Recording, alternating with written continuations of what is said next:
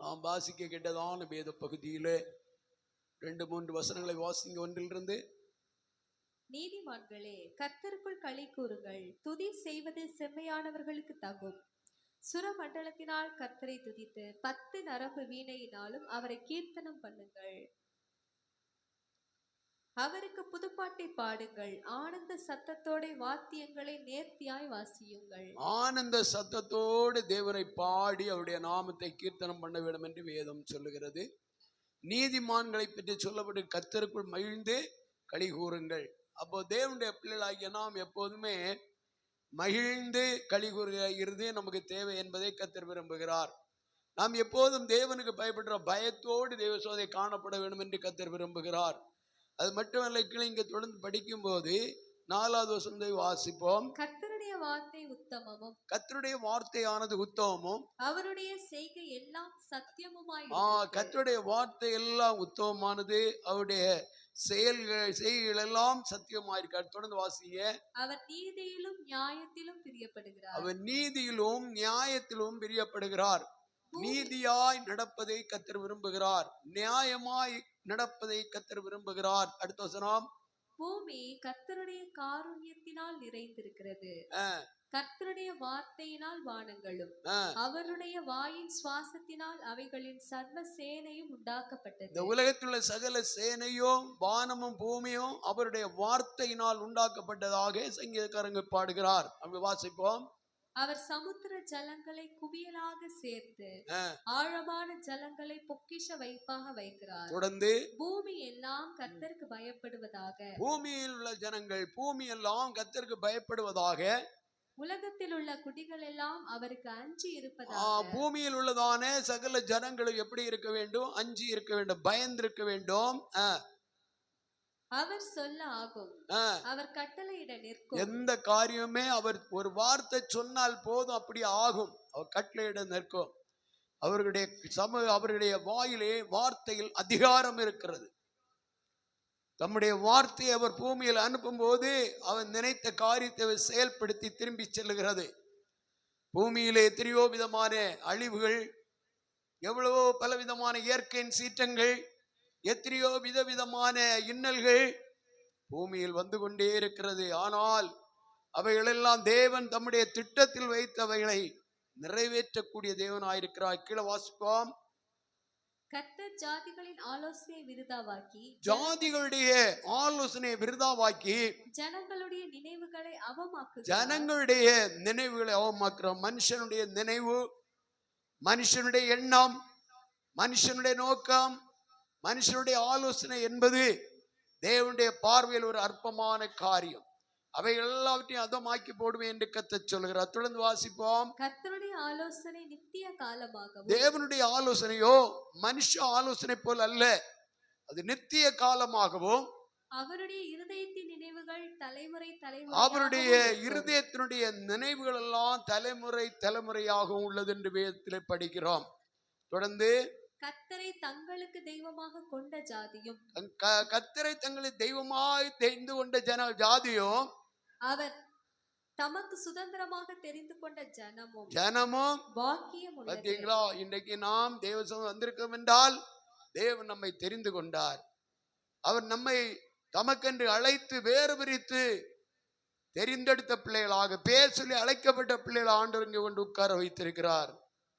இந்த பூமியில் இன்றைக்கு எத்தனையோ மக்கள் ஆஸ்பத்திரியிலிருந்து வேதனைப்படுகிறார்கள். எத்தனையோ மக்கள் வீடுகளில் படுக்கையிலிருந்து கஷ்டப்படுகிறார்கள். எத்தனையோ பேர் சிறைச்சாலையிலிருந்து வேதனைப்பட்டு அவதிப்படுகிறார்கள்.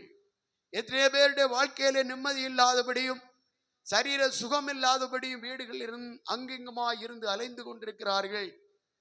அருமையான தேவனுடைய பிள்ளைகளை, நம்முடைய வாழ்க்கையில் ஆண்டவர் தந்த சுகம், ஆண்டவர் நமக்கு தந்த பலன், ஆண்டவர் தம்முடைய கிருபையினால் நம்மை நடத்தி கொண்டிருக்கிற விதம் எவ்வளவு பெரியது. கரங்களை தட்டி எல்லாரும் கர்த்தரை நான் ஸ்தோத்திரம் பண்ணுவோம். தொடர்ந்து கீழே வாசிப்போம். கர்த்தர் வானத்திலிருந்து நோக்கி பார்த்து எல்லா மனுபுத்திரரையும் காண்கிறார். மனுஷன் தேவன் வானத்திலிருந்து உற்று நோக்கி கொண்டே இருக்கிறார். ஒவ்வொரு மனிதனுடைய சிந்தனையில் அவர் கவனித்துக் கொண்டிருக்கிறார். தாம் வாசமாயிருக்கிற ஸ்தானத்திலிருந்து பூமியின் குடிகள் எல்லார் மேலும் கண்ணோக்கமா இருந்து கொண்டே இருக்கிறார். மனுஷன் சொல்ல நான் செய்வது, நான் சொல்லுவது யாரும் அறியவில்லை என்று. கடந்த நாள்ல ஒரு குளத்திலே மீன் வளர்த்து கொண்டிருந்தார்கள். யாருக்கும் தெரியாதபடி இன்னொருவன் வந்து நடுராத்திரியில வந்து பிடிக்க வந்து விட்டான்.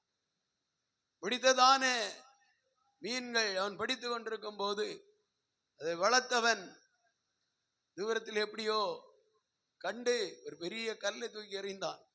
எறிந்து விட்டு அவன் போய்விட்டான். அப்படியாவது அவன் பயந்து போய்விடட்டும் என்று. ஆனால் அந்த நடுராத்திரி வேளையிலே எறியப்பட்டதா கல்லு அவன் உடம்பிலே பட்டது. காலையிலே வந்து கல்லை எறிந்தவன் வந்து பார்க்க வருகிறான். கல் எறியப்பட்டவன் குளத்துக்குள்ளே பிணமாய் மிதந்து கிடக்கிறான். யாருமே காணல, யாரும் அறியல. ஆனால் அவனுடைய மனசாட்சி சம்மதிக்கல. போலீஸ் ஸ்டேஷன்ல போய் விஷயத்தை சொன்னான். கைது செய்யப்பட்டு ஒரு பெரிய கேஸ் அவன் மேல் கொலை கேஸ் வந்தது. தேவன் மனுஷனுடைய செயல்களை அவர் கவனித்துக் கொண்டிருக்கிறார். மனுஷனுடைய கிரியைகளை அவர் பார்த்து கொண்டிருக்கிறார். மனுஷன் என்ன செய்கிறான்? மனுஷனுக்கு மனுஷன் ஒளிப்பிடமா எதையும் செய்யலாம். தேவனுடைய கண்களுக்கு முன்பாக எதையுமே என்ன செய்ய முடியாது, மறைக்க மனசாட்சி என்ன செய்யாது, சம்மதிக்கவே செய்யாது. உடன் அந்த நேரத்திலே மறைக்கலாம். நேரம் போக நாட்கள் போக அவனுடைய மனசாட்சி அவனுக்குள்ளே குத்துகிறது. தேவன் ஒருவர் என்னை பார்த்து கொண்டிருக்கிறார். இந்த நாள் பகல் வேளையிலே என்னையும் உங்களையும் பார்க்கக்கூடிய தேவன், என்னையும் உங்களையும் கவனிக்கிற தேவன் நம்முடைய மத்தியில் ஆவிக்கொண்டே இருக்கிறார். தொடர்ந்து வாசிங்க. அவர்களுடைய இருதயங்களை எல்லாம் அவர் உருவாக்கி அவர்கள் செய்கைகளை எல்லாம் கவனித்திருக்கிறார். மனுஷன் செய்கிற செயல்கள், நடக்கிற நடைகள், சிந்திக்கிற எண்ணங்கள், யோசனைகள் எல்லாவற்றையும் தேவன் கவனித்துக் கொண்டே இருக்கிறார். தொடர்ந்து வாசிப்போம். எந்த ராஜாவும் தன் சேனையின் மிகுதியால் ரட்சிக்கப்பட்டார். எந்த மனுஷனும் எந்த ராஜாவும் தன்னுடைய சேனையின் மிகுதியினால் அவன் தப்புவிக்க முடியாது.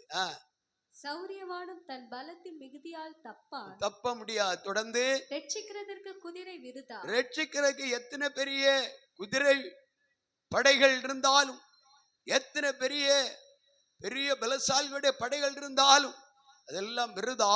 தொடர்ந்து அது தன் மிகுந்த வீரியத்தால் தப்புவியாது. குதிரை படை தன் வீரியத்தால் தப்புவியாது. தமக்கு பயந்து தேவனுக்கு பயந்து தமது கிருபைக்கு காத்திருக்கிறவர்களின் ஆத்துமாக்களை மரணத்திற்கு விலக்கி விடுவிக்கவும் பஞ்சத்தில் அவர்களை உயிரோடே காக்கவும் கர்த்தருடைய கண் அவர்கள் மேல் நோக்கமாய் இருக்கிறது. எல்லாரும் கரம் தட்டி ஆண்டவரை மகிமைப்படுத்துவோமா?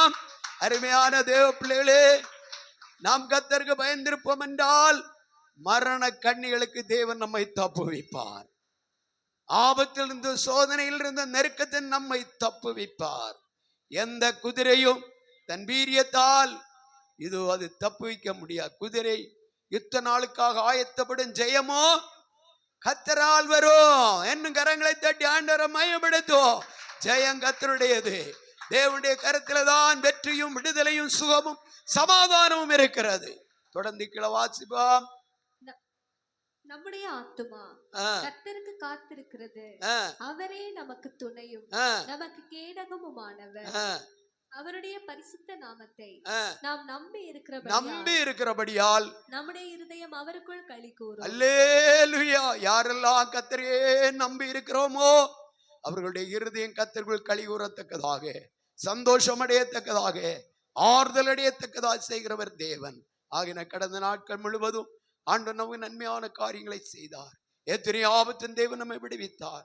எத்தனையோ சோதனை நெருக்கத்தில் நம்மை பாதுகாத்தார். அந்த தேவனுக்கு நன்றியாக தேவ சமூகத்திலே நாம் தேவ சாட்சி சொல்ல போகிறோம். நான் இந்த நெருக்கம் தப்புவேனோ என்று சொல்லக்கூடிய பிரச்சனைகள் எல்லாம் வாழ்க்கையில் வந்தது. அவைகள் எல்லாரும் தேவனை பாதுகாத்தார் அல்லவா?